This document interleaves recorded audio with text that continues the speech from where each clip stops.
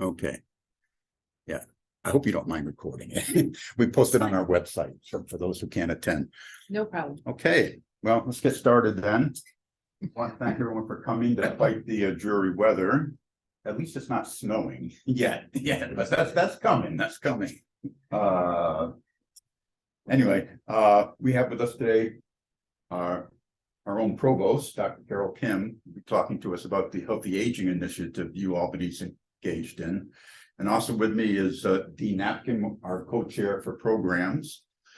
So I think without further ado, I'll turn it over to you, Dean, to introduce the provost. Okay, And my we'll pleasure. take it from there. Welcome, everyone. It's my pleasure to introduce Dr. Carol H. Kim. She was named Provost and Senior Vice President for Academic Affairs at the University of Albany in August 2019. As the university's Chief Academic Officer, she supports and implements UAlbany's academic mission, overseeing all academic units and programs, and working closely with staff, faculty, chairs, and deans to enhance excellence in research, scholarship, teaching, and service. An accomplished leader in higher education with a keen eye for faculty development and student success, Dr. Kim's signature initiatives have encouraged collaborations across the university. She introduced the University Student Showcase, a campus-wide exhibition of students' work and ideas, and she is one of the driving forces behind AI Plus, healthy aging, social and healthy equity, and AI and mental health. Large-scale academic initiatives that have sparked interdisciplinary alliances and unified resources across the university. Previously, Dr. Kim served at the 7-campus system University of Maine, where she held multiple leadership roles, including Associate Vice Chancellor for Academic Innovation and Partnerships, Dean of the Graduate School, Vice President for Research, and Director of the Graduate School of Biomedical Science and Engineering.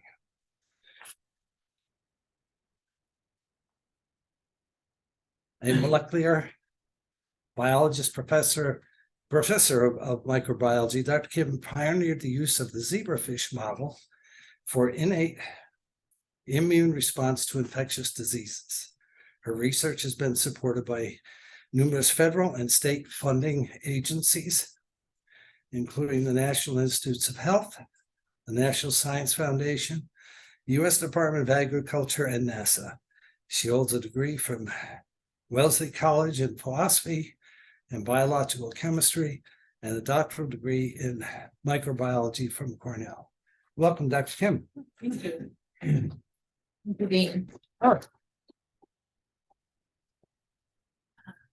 So good afternoon, everyone, and thank you for joining me today to tell you a little bit about our Healthy Aging Initiative on our campus.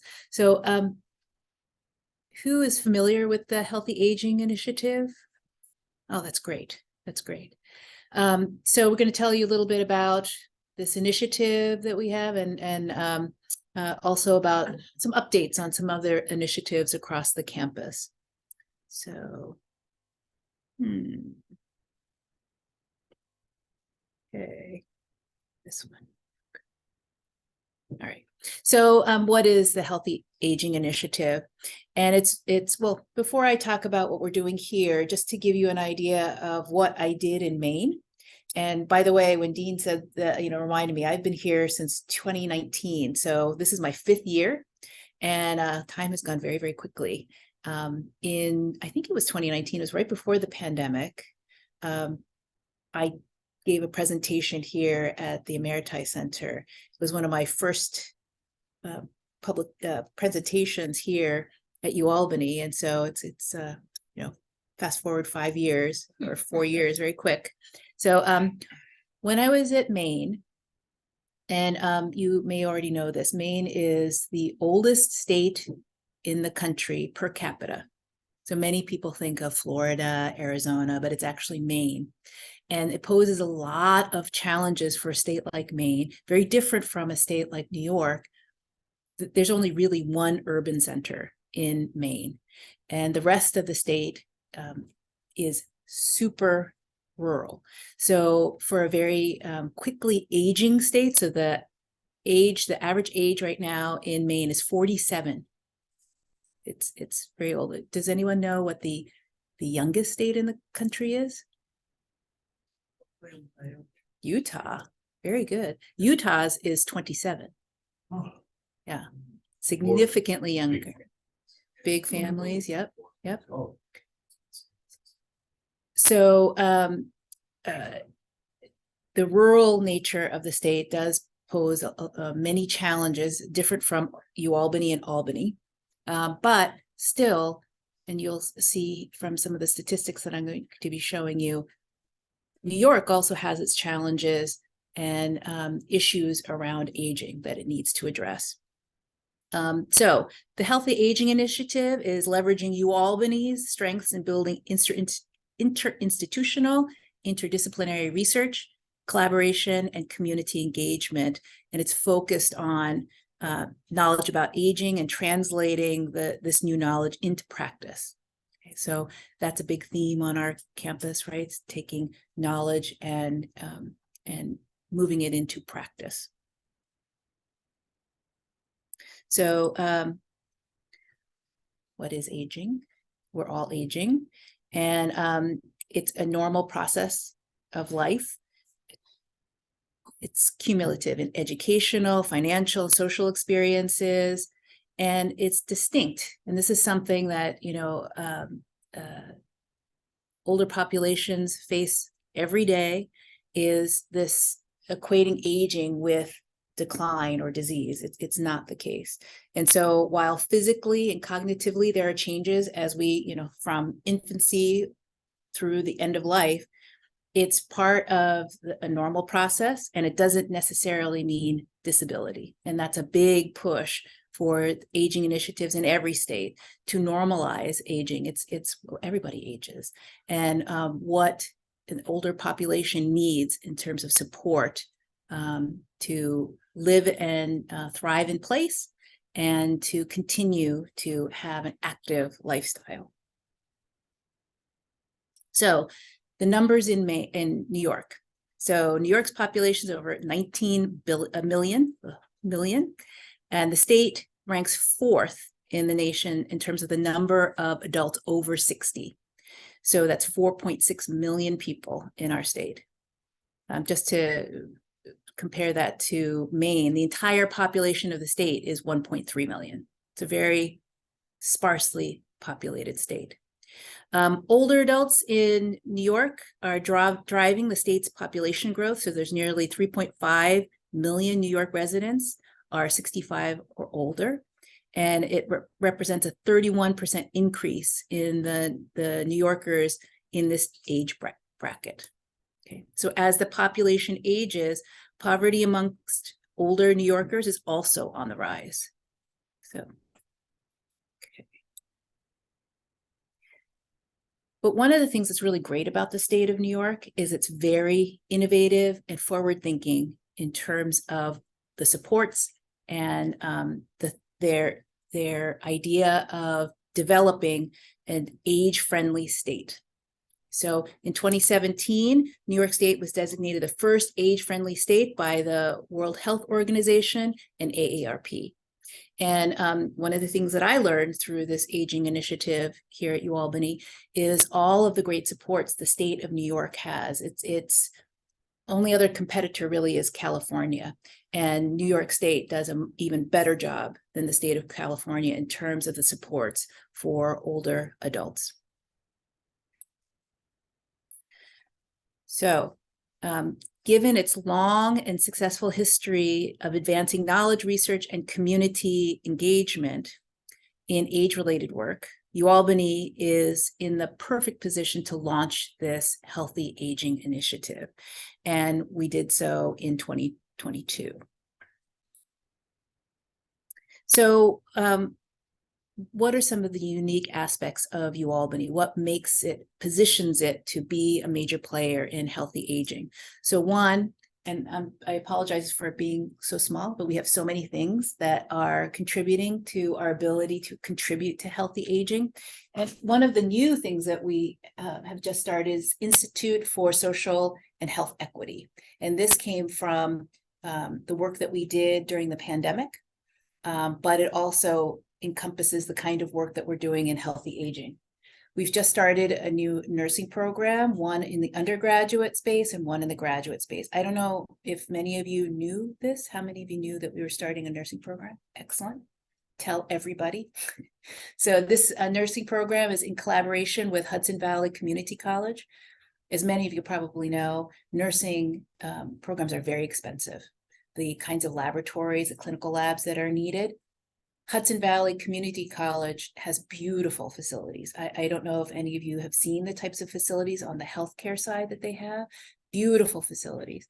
And so we decided to enter into this collaboration so that we could work on this together as a sister institution of the SUNY system, to work together and develop a completion program, essentially. The students go to Hudson Valley for 2 years to get their RN.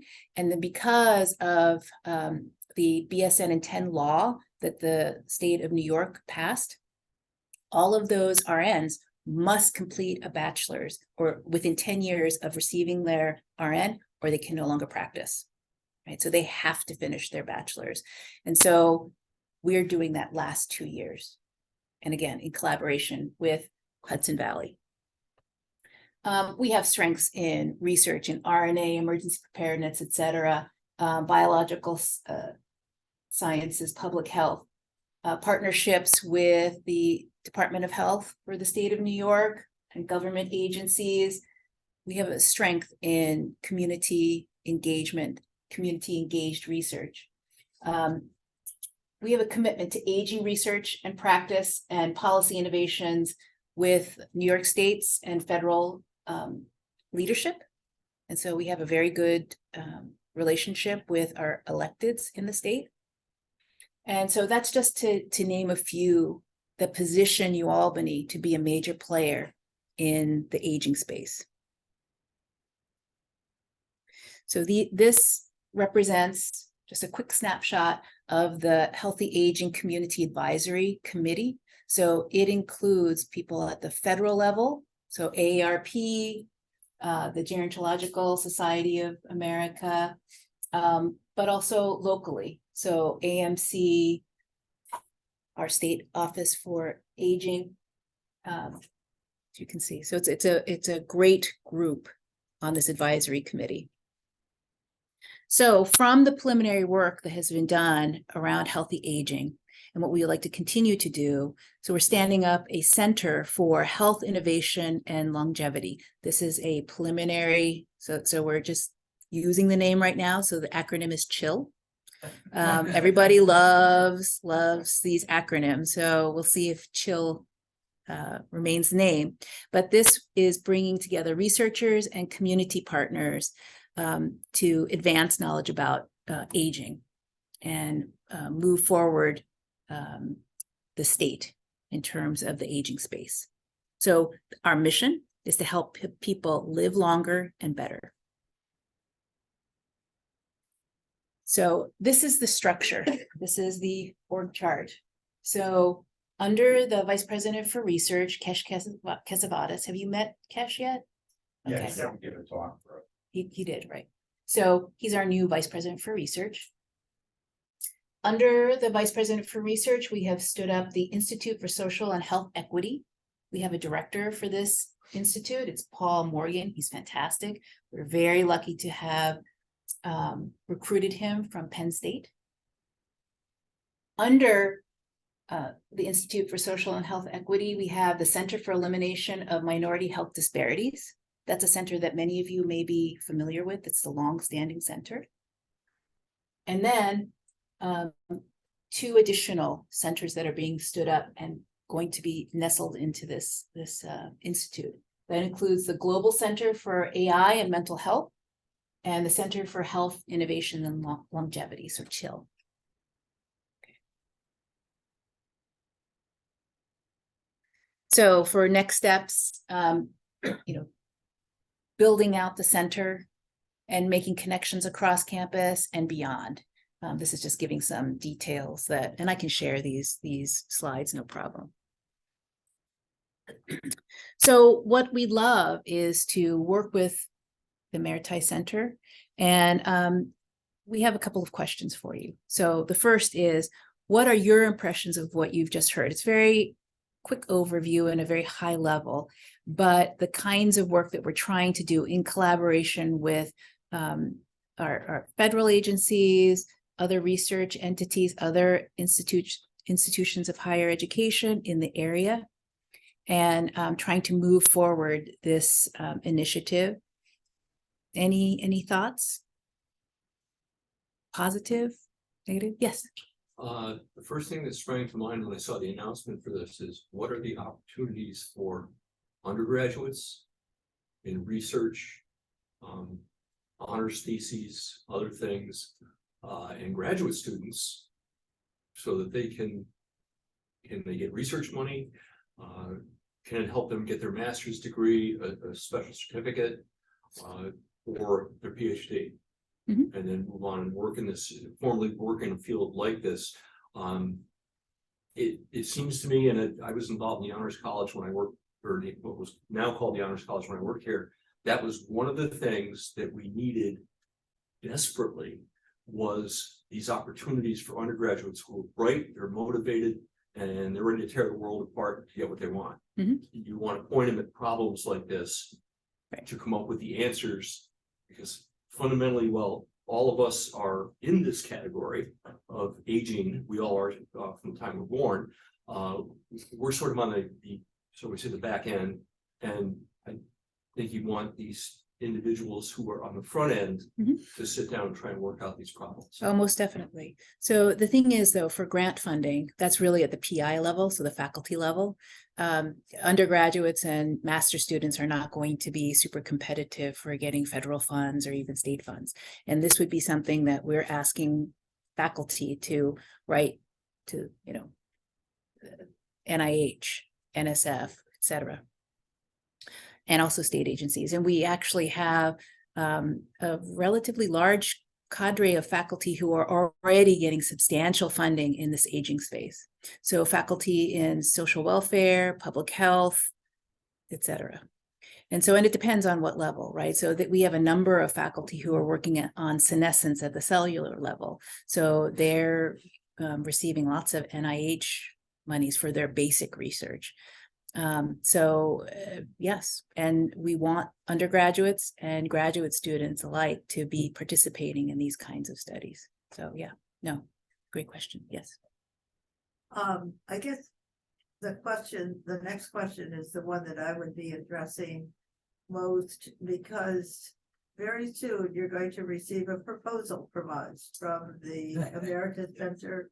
We have 11 board members here today, and we've been talking about this for quite some time. I have been pushing for years for an OSHER lifelong learning institute or something of that sort here at the University at Albany. And we, as the Emeritus Center, we're willing to take it on. Little drama there. But we're willing to take it on initially and explore the opportunities for offering a lifelong learning institute, which then we could work with you to expand. There are many in this area, but not to the extent that I have envisioned it, or I think we have envisioned it. But I think we have the foundation for taking it to the next level, and then the university can take it beyond that. So I am familiar with OSHER lifelong learning centers. There was one at the University of Southern Maine, and I think that would be wonderful, and it's in alignment with the mission for the aging initiative, as well as just the university in general, having these kinds of centers. I think it's a discussion to have. So the point person, I would say, would be Teresa Pardo. Does anybody know Teresa? Yeah, so starting with Teresa and then moving on from there to try to see how that can be coordinated and get some support for this initiative. But I think that's a great idea. OSHA is not taking proposals at this They're not, time. okay. They will accept descriptions of your program so that if they do open up Mhm. new opportunities, you might be considered, but we would assume that they're not going to be a funding source for the next few years. But we would get the program started and then it would take off from there. Mhm. Mhm. So, Yeah, but I still think that it would be worth sure. reaching out to Teresa, definitely. Is that me or you? Go ahead. Obviously, in order to get federal funding, you need to have pilot data, and what that looks like depends on the kind of research you do.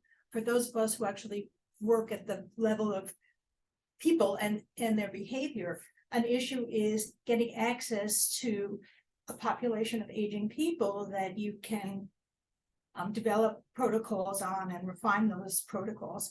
Is there anything in your vision to facilitate access to groups of aging people Mhm. that could serve as the source of pilot data? Right. So sorry to keep talking about University of Maine, but a difference between what we're doing here at UAlbany and what we had at Maine is that there was a long-standing Center for Aging at University of Maine. And so they had built all of this infrastructure and focus groups of different groups of older individuals to be, it sounds bad, test subjects. Pilot subjects, okay, pilot subjects. And they were enormously helpful, all of those groups. I think that that's where we're going. It's just, we just started in 2022, still in the middle of the pandemic. I think that now we're able to meet in person and to get these kinds of initiatives going. But certainly that, to me, it makes a lot of sense to have groups of people and through the center organize this so that we have, you said pilot? Yes. So, Work at a different level. so, yes. This doesn't fit. Or maybe it does, I don't know, clean you into your categories, but when I was growing up, and I think a lot of people felt this universally, the older population was viewed as a source of wisdom. And they were part of that community, Mhm. and they were not as alone. And it strikes me today that it is a much lonelier, personally, and watching it Yes. everywhere, it's a much lonelier experience.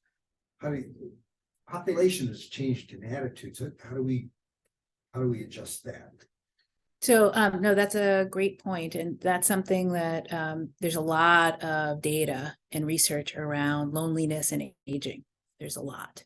And certainly what you're observing is definitely what is being seen globally.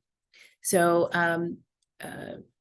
I think that it's a matter of, the people in social welfare, the people in public health, thinking about the kinds of research to address either loneliness or any other particular issue of the aging population.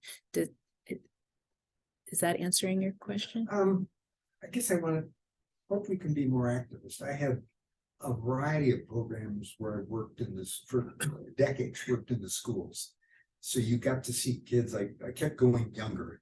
The last one was K-6. And so you had some opportunity to shape a direction, and it was working with the School of Ed, Mhm. other agencies, it's something like that, where you're actually seeing the people whose attitudes you want to change. Yes. So I would say all of these comments, all of these ideas, all of these thoughts are very welcome in this discussion about the Healthy Aging Initiative. And in fact, this is one of the reasons why I wanted to talk about the Healthy Aging Initiative, to see if we can engage more people in this group. I mean, it would be great to have active members of the Emeriti group to be part of this initiative. And I know that everybody who's actively working in this space, on the advisory committee, on the steering committee would be, very excited to work with the Emeriti. In any capacity, if you have an idea to start with, again, Teresa would be the person to talk to. And it might be that Teresa should come and talk to this group.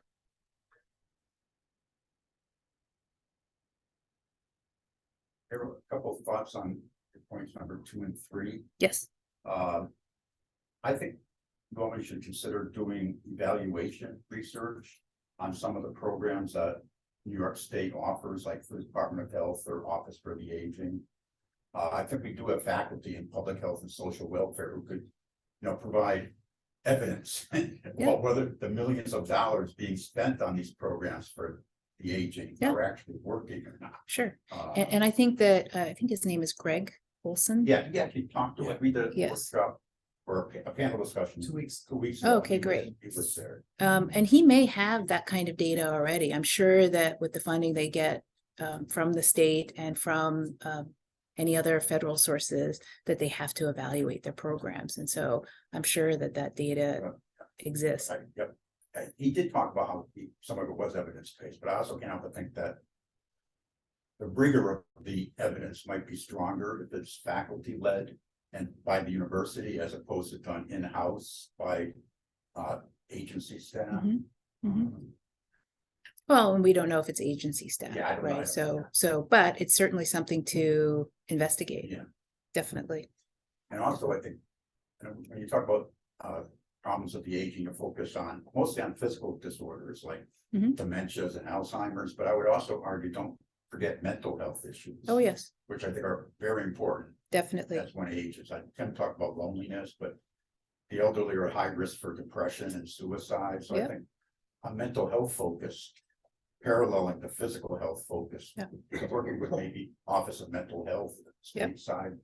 Or So, and I just want to emphasize that what I'm presenting here, there were 35 slides just on aging and the aging initiative that I culled out of this presentation because it was very detailed and it had like everything, but I wanted to be able to present the general, what we're trying to do, and to encourage all of you to think about joining us as we are starting this healthy aging initiative. But there's more information available and can be made available to the group. But the questions that are being posed here, the information that I'm sharing with you again is just to give you a snapshot of what we're doing and hopefully interest many of you to join us as we start this initiative. So, because it really is in its infancy. I'm sure you're aware that inviting retired people to join you is also a very complex issue because everyone might not be welcoming to these, it's complex, right? And so that needs to be provided for in It programs. right, but also I agree. I think that for a more general group, definitely, but everyone who is working in this area is very committed to healthy aging and the aging population. So I would be shocked, really shocked, if the group is not very open and welcoming. I would be very. Yeah, I'm thinking more of, there's a line of research that's going on and there are reasons why it would be important to expand it to include older people. And the person whose line of research that isn't really interested in expanding it because they have their direction for their research. And I mean, that's what happens with all researchers, So or could be, right? yes, so it Yes. requires providing for that entree and supporting it along the way. Definitely. It's not quite as simple as, hi, Yeah. I used to work here and I have some good ideas about what you can do. Right, but that's why I'm here, Yeah. right? So I'm giving you the contact person, Teresa Pardo, to try to organize, but you're in our organized group. And if you, Ed, Dean, others in the room, would like to participate, I think that Teresa would be very open and help guide which groups that would best fit with your interests. Oh, I was going to say, we know Teresa from other things. What is her role related to this initiative? So she's the what to call her. So she's in charge. She works now in the Vice President for Research office, and all of the centers and institutes report to her. And she is maybe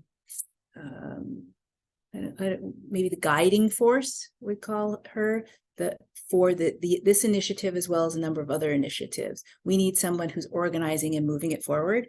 She is not necessarily leadership of this particular initiative, but she's the person who is organizing the workshops and the meetings to get us moving for this initiative. I just kind of wanted to underscore some things that Lori was talking about and wondered if you had some, shall we say, normalized ways in which this kind of interaction could take place. And what I mean by normalized is, I think my own experience has been that it's difficult for a person who is formally retired to continue or to forge new, shall we say, sanctioned relationships between themselves and the rest of the human resource hierarchy, shall we say, and an ability to act in formal roles on proposals, for example, or to be compensated if the degree of work or the degree of collaboration would warrant that. My own experience has been that that this is not an easy thing to make happen. So so when I say I wonder if there are, I don't know if there might have been people that have already forged these kinds of relationships, and where there are categories of relationships with human resources. Sure. Already established. So when it goes to human resources and hiring someone to do work, that is complicated, and it's totally a different thing. What I'm talking about is a voluntary working with the aging initiative group in whatever ways that you wish to. But if it gets into the more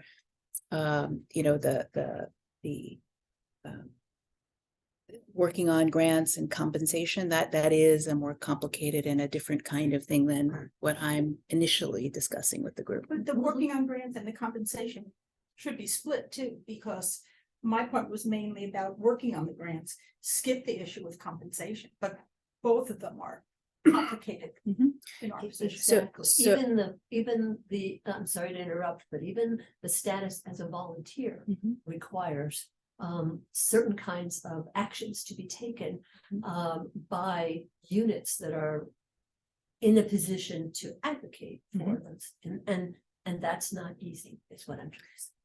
So I understand the whole volunteer thing as well. So again, I think that if there are individuals who are interested, to reach out to Teresa, and then we can go from there. Everybody's going to be in a different, right, what their level of involvement, what they want to work with the aging group, what they'd like to do. It's going to be, I'm not going to say for everyone, everything's the same. So, but I think that Teresa can help. And if that also means navigating HR, we can certainly get some help for you on that area too. So yes. If we have additional thoughts, suggestions, questions that don't come to us, sometimes it takes a little while longer till after our session here today. Well, what's the best avenue for connecting with who and how? So again, I think Teresa Pardo. And so if you need her contact information, but you know her contact information, right? So, but she would be the best person. Again, we are still looking for a director of this institute, but in the meantime, she's the best person the point What? person. It takes time to do those things? That's right. That's right. That's right. I did want to talk about a few other things too, and we can certainly circle back on the aging question, but I just want to make sure that I have a chance to talk about AI.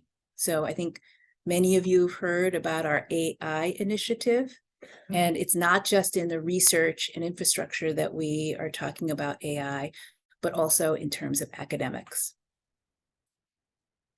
So our AI initiative is very different from a number of other universities and colleges across the country. Rather than having AI just in the STEM areas, it's across our curriculum. So many of you probably heard that we hired 27 AI faculty in this last academic year. That was on top of 22 other faculty hires. So we had 49 searches ongoing last academic year, which was very exciting for all of us. It was a lot of work for our faculty. I think everybody on campus was on a search committee, but very exciting, 50 lines. In terms of AI, those 27 lines, and every school and college received an AI hire. So the business school, Rock, got 3 different lines, one in each of the departments of political science, criminal justice, PAD, philosophy, and of course the STEM areas as well. But what we're trying to build is AI across the curriculum. So again, not just in the STEM areas. And why are we doing this? Is because we know that AI is going to impact all of our lives. In fact, it already does. So how many in the room have an Alexa or one of the smart speakers? Okay, that's AI. That's AI. Who has a cell phone? That's it. Okay, so if you Google anything or if you look at Amazon, it's all AI. And so it is already impacting our lives. We need to prepare our students to understand the impacts of AI, and no matter the discipline, what AI means for them. So it doesn't matter if they're an English major, a history major, political science, or business, it will impact them. And so we want, so for me, bottom line, I want every student, whether undergrad or grad, to be the most competitive candidate for a job, for a graduate school spot, for professional school. That's what I want. And I strongly believe having a working knowledge of AI is going to be important for every student. Okay, so that's why we're doing this. In terms of AI and the curriculum, what we're building right now is a 3-course step for AI. So the first course in this 3-course series is a 1-credit, very general, it's not technical, AI. What is AI? How does it impact you? How does it work in the world? Why should you care about AI? So that's 1 credit. Anyone can take it. It's very general. Again, doesn't matter if you're in STEM, you're in social sciences, or in arts and humanities. The second step is a 3-credit course, which is a little bit more technical. And what we're trying to develop, we already have one that's pretty general, and it's in the social sciences, strictly speaking. But we would like to develop another one just for the arts and humanities and another one for STEM. Okay, so that's number 2 in the step. Course 2 always will have ethics involved, right? So trustworthy AI, what is that? What does it mean? And then the third is by discipline. So every school and college will develop their own AI course, and hopefully in the years to come, a specific for each department. Right? So if you're an engineer, you're going to take the engineering AI, the 3rd course in the series. If you're in social sciences, like sociology, you take the sociology AI course. But this allows us to be very flexible and then build, so that if a department sees a lot of student interest in their department around AI and history, AI and political science, then they can build out a minor, they can build out a major if they wish. But this gives the flexibility for students to take this 3-step course series, and then we can build from there.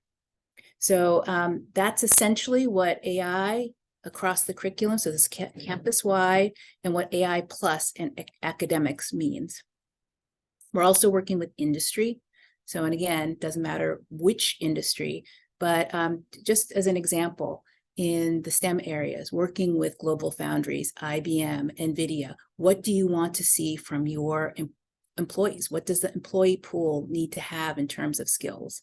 And if you go to Global Foundries, for instance, they're not just people who are making chips. They have a business office, they have HR, they have all these other areas.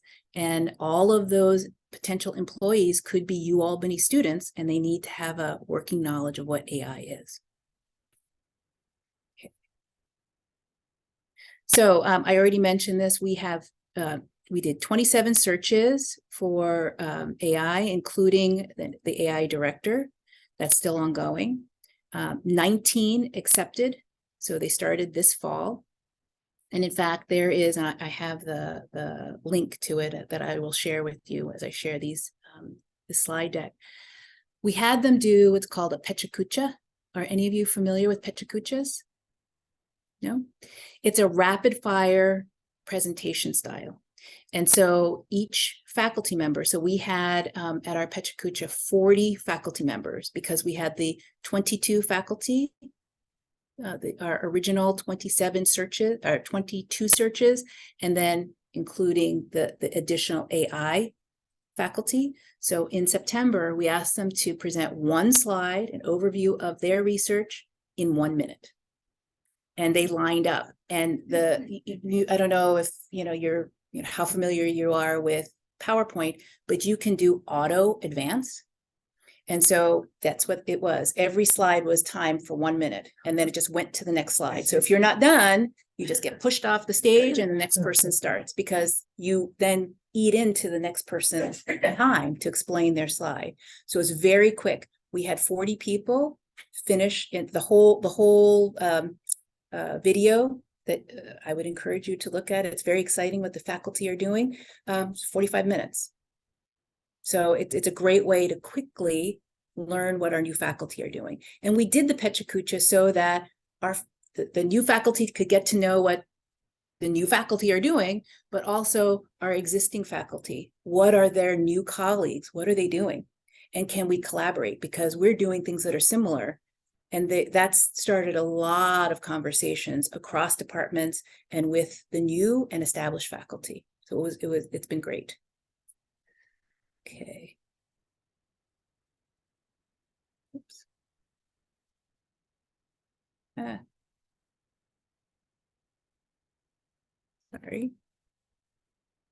Okay, so this is just a quick snapshot of some of the faculty we have hired, so that new group of faculty.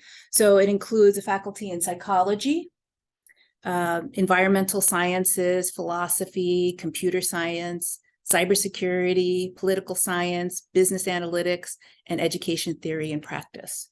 Okay, and that's just, so 8 of our 27 that we're searching for. We have 8 continuing searches from the AI searches, because we only were able to bring in the 19, which we were very happy about. AI is very hot right now, and so to be able to recruit 19 of those 27 was a huge victory for us. So we're very excited about this diverse group of new faculty. Ugh, I'm having some trouble with this. Okay. So, and then I wanted to update everyone just very quickly on the showcase. So I don't know, I know Ed was there. Dean, were you there at the showcase? How many people were at the showcase? Okay.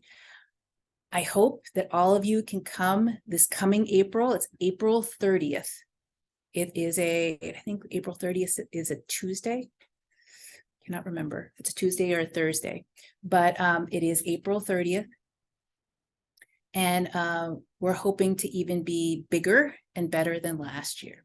So I was very excited about this showcase, and it was really, the whole point of it is, and I've struggled with this since I got here, okay? Even before I was officially here, while I was interviewing, reading about UAlbany, hearing about all the great stuff that UAlbany is doing, and not enough people know about UAlbany.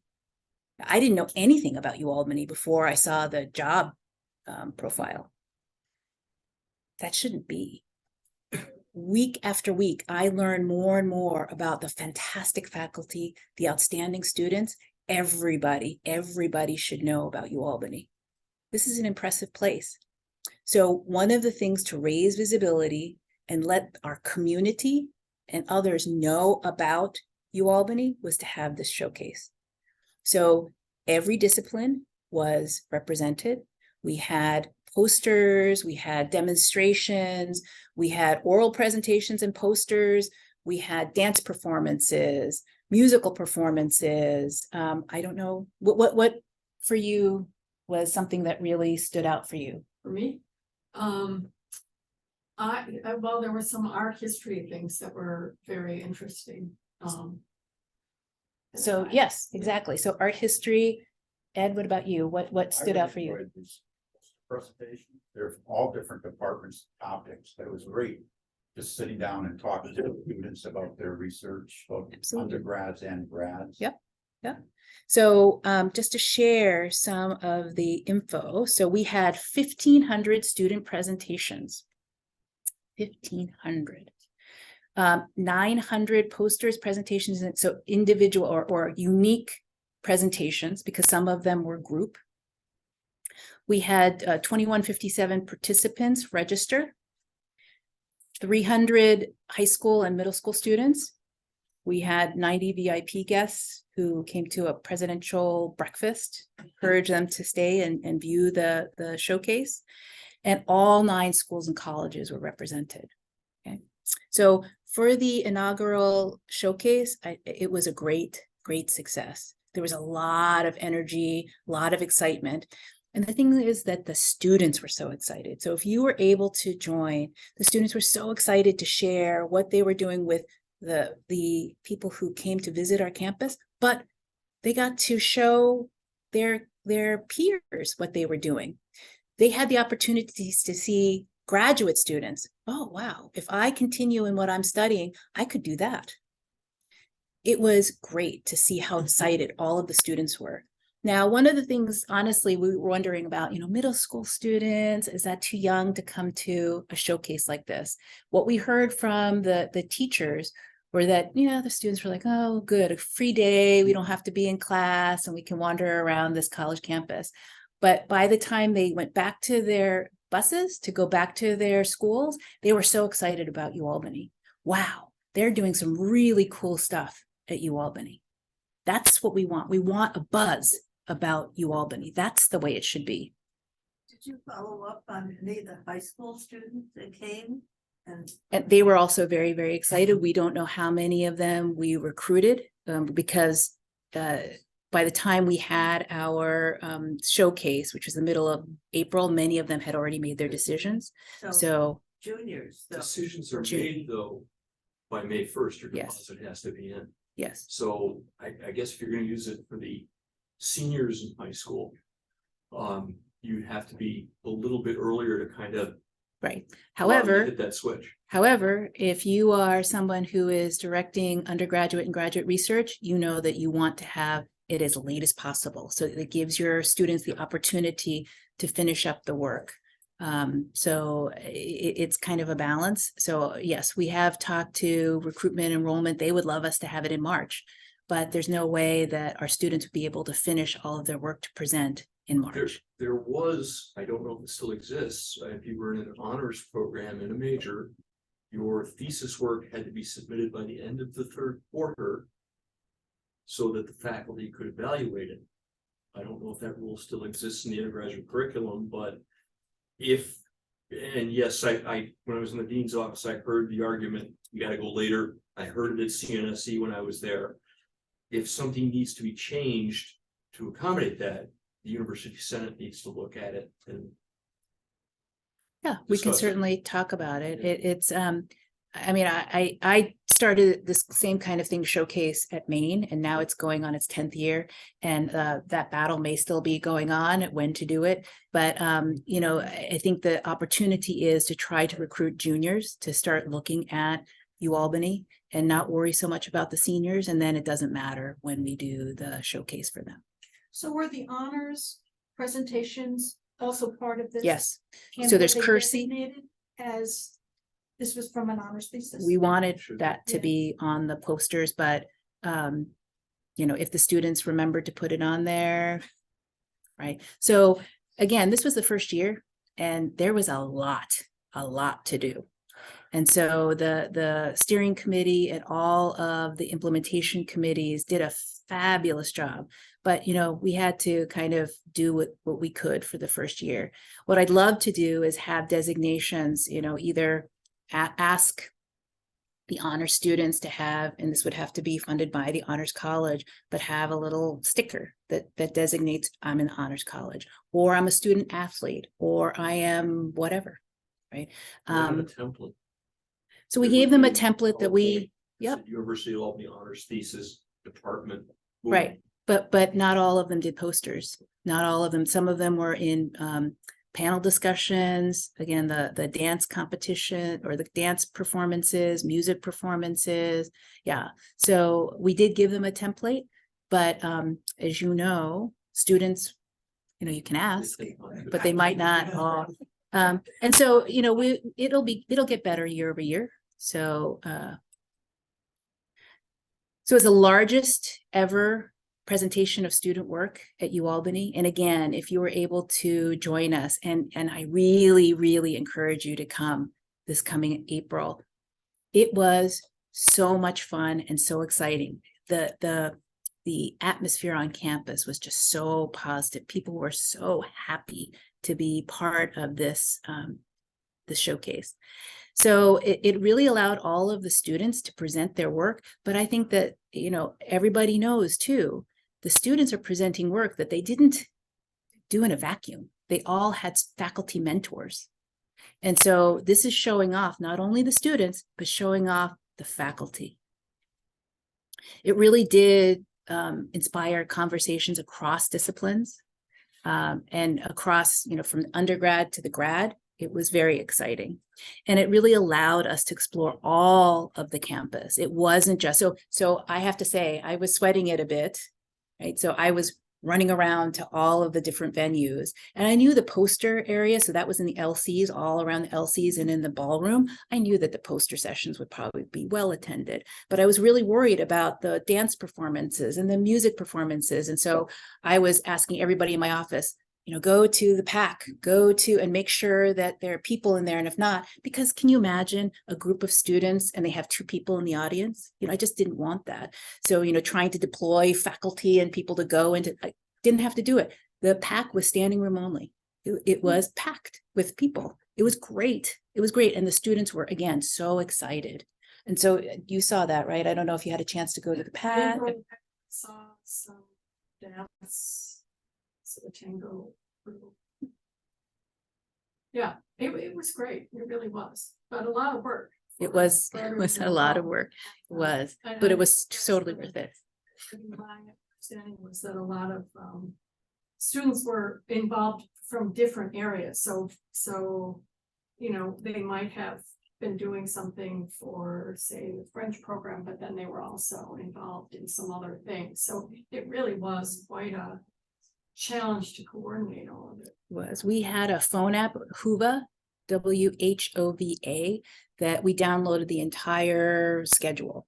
And if you downloaded it a few days before the event, you could see the whole schedule and then build your own schedule so you wouldn't miss some of the events that in particular you wanted to see, because things were running concurrently and all over campus. So again, we've already said all of this, but the big thing, and we weren't super concerned about it for the inaugural event. So my office funded this inaugural event essentially, right? So we did get some corporate donations, a few, but really even the steering committee, because I asked them, did you have any, so before the event and then you saw the event, is this what you thought it was going to be? And all of them said, nope, had no idea. It was just, it's hard to get your brain wrapped around it until you actually attend. It's a huge event. And so what we want to do is get as many corporate representatives just to come and spend a few hours or a half an hour, it doesn't matter, just running around, the energy that you'll feel.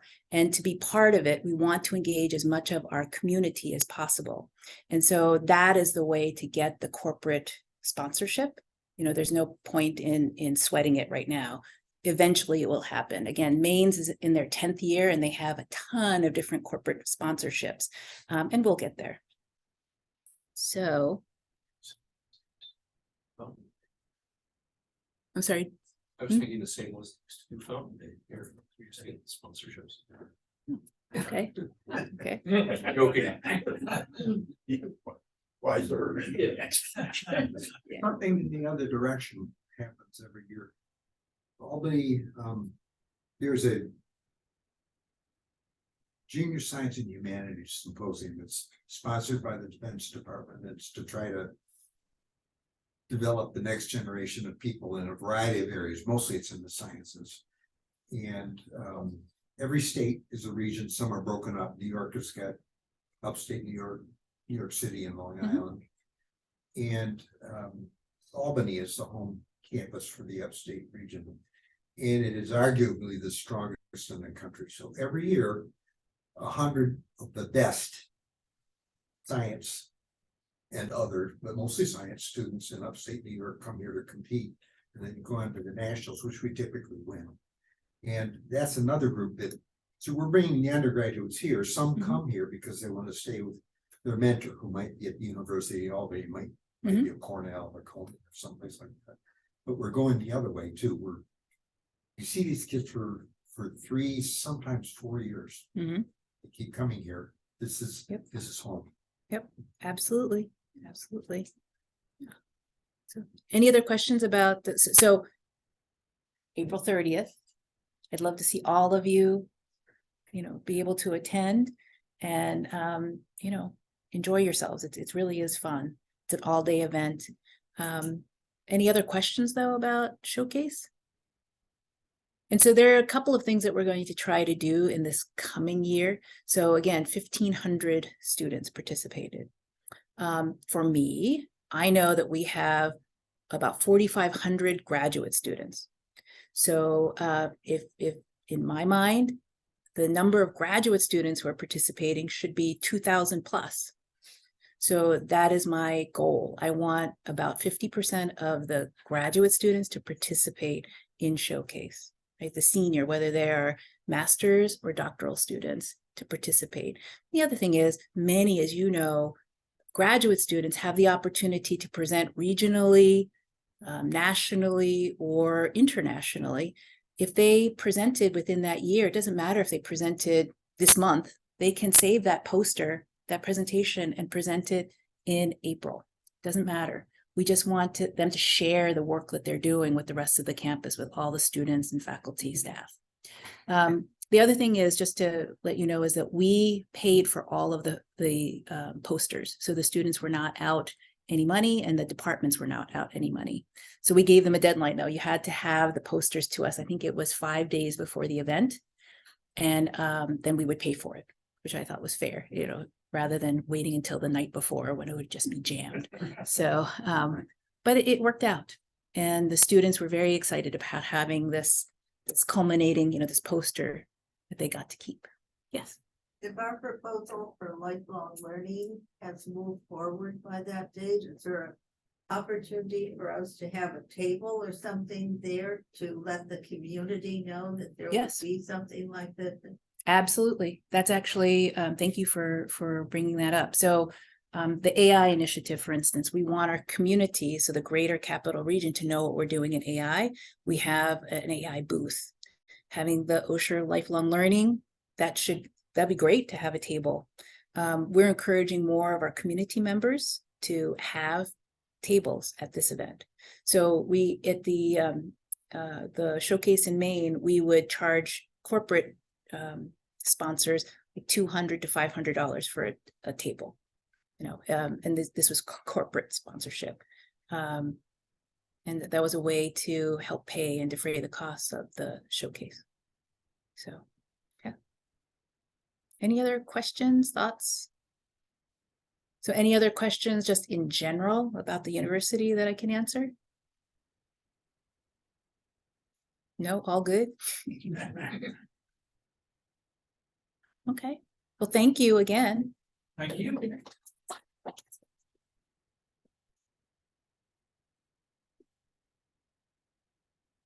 Oh, Teresa actually gave me this these pamphlets and also these buttons, which I really love this button. It's aging so cool, everyone's doing it.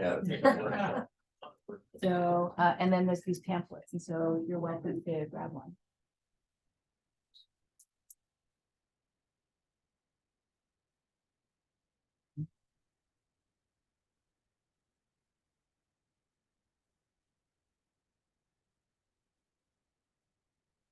So do we just turn this off Yeah, I think so. and then I can just pull it out? Yeah. And I think we can just shut down the Zoom. I can do it from the other hand.